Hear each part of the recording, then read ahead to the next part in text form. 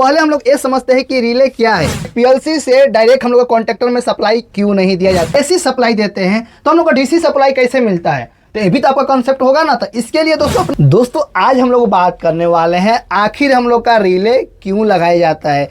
क्या हम लोग डायरेक्ट पीएलसी से कनेक्शन करके डायरेक्ट सप्लाई को दे के हम लोग नहीं चला सकते हैं, उस मतलब हम लोग डायरेक्ट क्यों नहीं चला सकते, इससे हम लोग को क्या प्रॉब्लम हो सकती है, आखिर हम लोग को बीच में रिले क्यों लगाया जाता है, उसके बाद हम लोग को जो है आउटपुट क्यों दिया जाता है। जैसे में कि हम लोग को कॉन्टेक्टर को ऑपरेट करना हो तो क्या कॉन्टेक्टर को डायरेक्ट हम लोग पीएलसी से सप्लाई देके नहीं चला सकते हैं। उसी तरह सोलेनॉइड वाल हो गया, सेंसर हो गया और इत्यादि जितना डिवाइस लगी हैं, क्या हम लोग डायरेक्ट पीएलसी से देके नहीं चला सकते। तो इसी के वीडियो में हम लोग क्या करेंगे, बात करने वाले हैं। तो वीडियो में एंड तक बने रहिएगा, आपको एक बोनस टिप्स भी लास्ट में देने वाला हूं, तो एंड तक बने रहिएगा। और हाँ, इसका पूरा वीडियो अभी तक देखे नहीं है तो इसका मैं पूरा वायरिंग के बारे में पूरा क्लियर कर दिया हूँ दोस्तों, तो देख लीजिएगा, मेरे चैनल पर पड़ा हुआ है या डिस्क्रिप्शन में आपको दे दूंगा। पहले हम लोग ये समझते हैं कि रिले क्या है।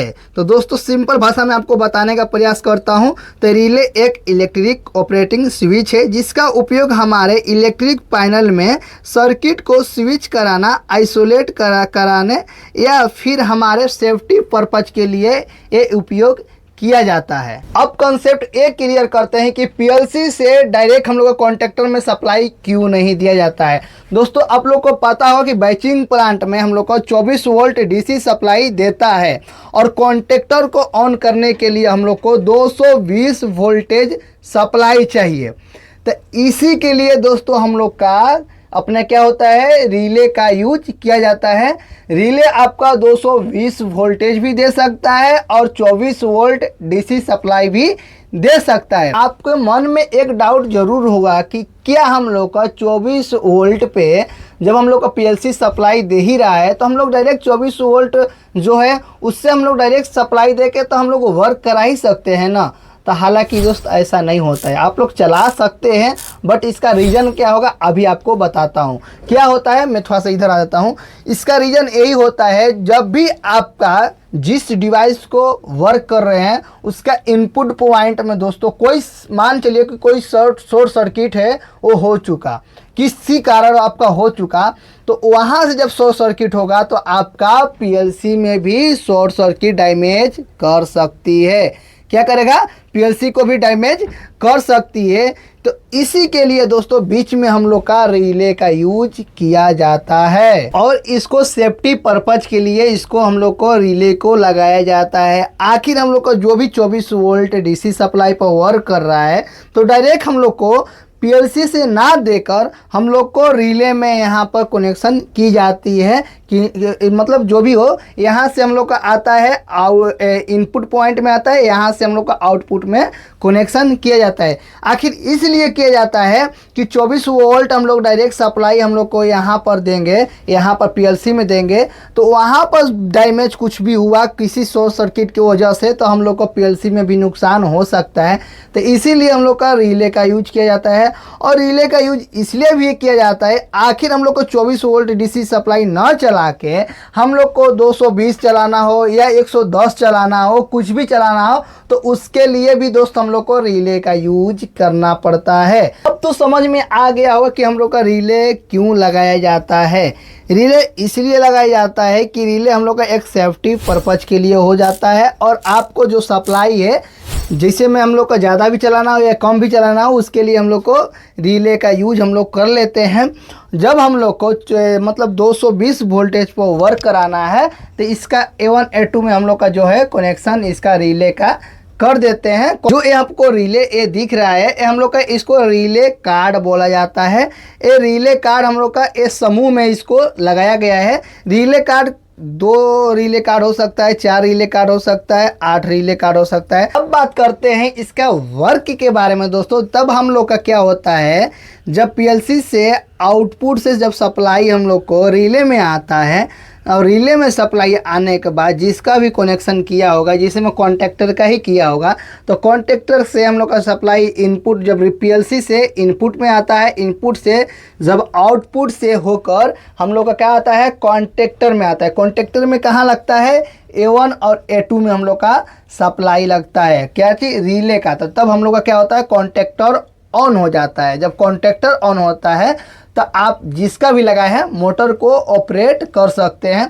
जैसे में हम लोग का यहाँ पर लिखा है L1 L2 L3 लिखा हुआ है, ये हम लोग का मेन सप्लाई यहाँ पर आ जाती है और यहाँ से आउटपुट को निकाल दिया जाता है।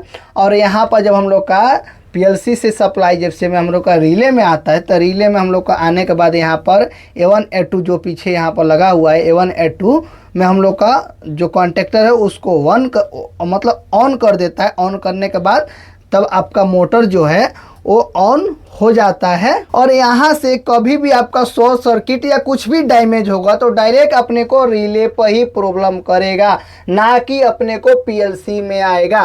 पीएलसी से कोई मतलब नहीं है। यहाँ तो आपका पीएलसी है, पीएलसी पूरा सेफ्टी से रहेगा, कुछ भी नुकसान नहीं होगा। अभी कुछ भी प्रॉब्लम होगा, आपका इनपुट पॉइंट में प्रॉब्लम आवे, कुछ भी शॉर्ट सर्किट हो या कुछ भी हो, तो आपका डायरेक्ट दोस्तों जो है ना आपका रिले में प्रॉब्लम आने वाली है।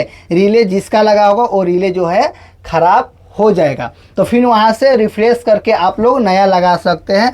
नहीं आखिर आप लोग डायरेक्ट लगाएंगे अपने को पीएलसी से, तो पीएलसी से आपको 24 वोल्ट ही आता है, आपको 220 वोल्टेज चाहिए, तो आखिर पीएलसी से आपको यहाँ पर सप्लाई नहीं आ सकता है। इसके लिए बीच में अपने को रिले का यूज करना पड़ जाता है। और वहीं पर दोस्तों जो 24 वोल्ट पर वर्क कर रहा है तो उसको भी हम लोग डायरेक्ट पीएलसी से नहीं देंगे। क्यों नहीं देंगे तो आपको समझ में आ गया है कि क्या हम लोग को वहाँ शॉर्ट सर्किट होगा तो यहाँ भी अपने को कुछ भी डैमेज पीएलसी में आ सकता है। तो इसके लिए दोस्तों हम लोग को रिले कार्ड का यूज करके वहाँ पर सप्लाई देते हैं। और वहाँ से कुछ भी डैमेज या कुछ भी शॉर्ट सर्किट हुआ तो आपको कुछ भी प्रॉब्लम होगा तो आपका क्या होगा, रिले ही खराब होगा। रिले कोई भी खराब हो सकता है, बाकी पीएलसी जल्दी खराब नहीं हो सकता है। आखिर आपको समझ में आ गया कि हम लोग का रिले का यूज क्यों किया जाता है। बट आप लोग का मन में एक डाउट ये भी जरूर होगा कि दोस्तों हम लोग का जब हम लोग सप्लाई 3 फेज एसी सप्लाई देते हैं तो हम लोग का डीसी सप्लाई कैसे मिलता है, तो ये भी तो आपका कॉन्सेप्ट होगा ना। तो इसके लिए दोस्तों अपने को एसएमपीएस लगाया जाता है। अपने को क्या करना पड़ता है, एसी सप्लाई को डीसी में कन्वर्ट कर देता है। तो चलिए आपको एसएमपीएस के पास लेके आपको समझा देते हैं। तो देखिए यहाँ पर सीधा सिंपल भाषा में समझिए, यहाँ पर क्या लिखा है, इनपुट लिखा है। तो यहाँ पर इनपुट सप्लाई यहाँ पर आ गया है, ये हम लोग का पॉजिटिव है, ये हम लोग का निगेटिव यहाँ पर दे दिया गया है। तो यहाँ पर क्या लिखा है, 100 से 240 वोल्टेज एसी सप्लाई यहाँ पर आने के बाद जो यहाँ पर हम लोग का आउटपुट निकालेगा, यहाँ पर क्या लिखा है, आउटपुट निकालेगा, वो 24 वोल्ट डीसी सप्लाई निकालेगा। समझ में आ गया कि हम लोग का एसी सप्लाई को डीसी में कन्वर्ट करने के लिए हम लोग का एसएमपीएस का बीच में यूज किया जाता है। और ये सप्लाई आपको पीएलसी के इनपुट पॉइंट में दे दी जाती है। जो इनपुट पॉइंट में देगी तो उसमें हम लोग का डीसी सप्लाई आ जाएगा। अब उसके बाद जो आउटपुट निकालेंगे, उसके बाद आउटपुट जहां देना हो वहां आपको जो रिले होता है, रिले में आपको दे दिया जाएगा। उसके बाद जिसको वर्क कराना है वहां से अपने को इसमें आएगा और उसके बाद सेंसर सोलेनोइड वाले कॉइल में जो कनेक्शन करना है सब यहाँ पर आके अब यहाँ से जो है आउटपुट निकल जाएगा। यहाँ पर हम लोग का इनपुट पॉइंट यहाँ पर आ जाता है। उसके बाद आउटपुट यहाँ से आके जहाँ आपको कनेक्शन करना है वहाँ पर चली जाती है। तो आई होप आप लोग को समझ में आ गया होगा कि कैसे हम लोग को एसी सप्लाई को डीसी में कन्वर्ट करके पीएलसी को जाता है, पीएलसी से कैसे हम लोग को रिले में आता है, रिले में आने के बाद कैसे पूरा चारी जगह डिस्ट्रीब्यूट किया जाता है। तो ये वीडियो से क्या क्या समझ में आया और क्या आपको प्रॉब्लम है वो भी अपने कमेंट बॉक्स में कमेंट कर सकते हैं।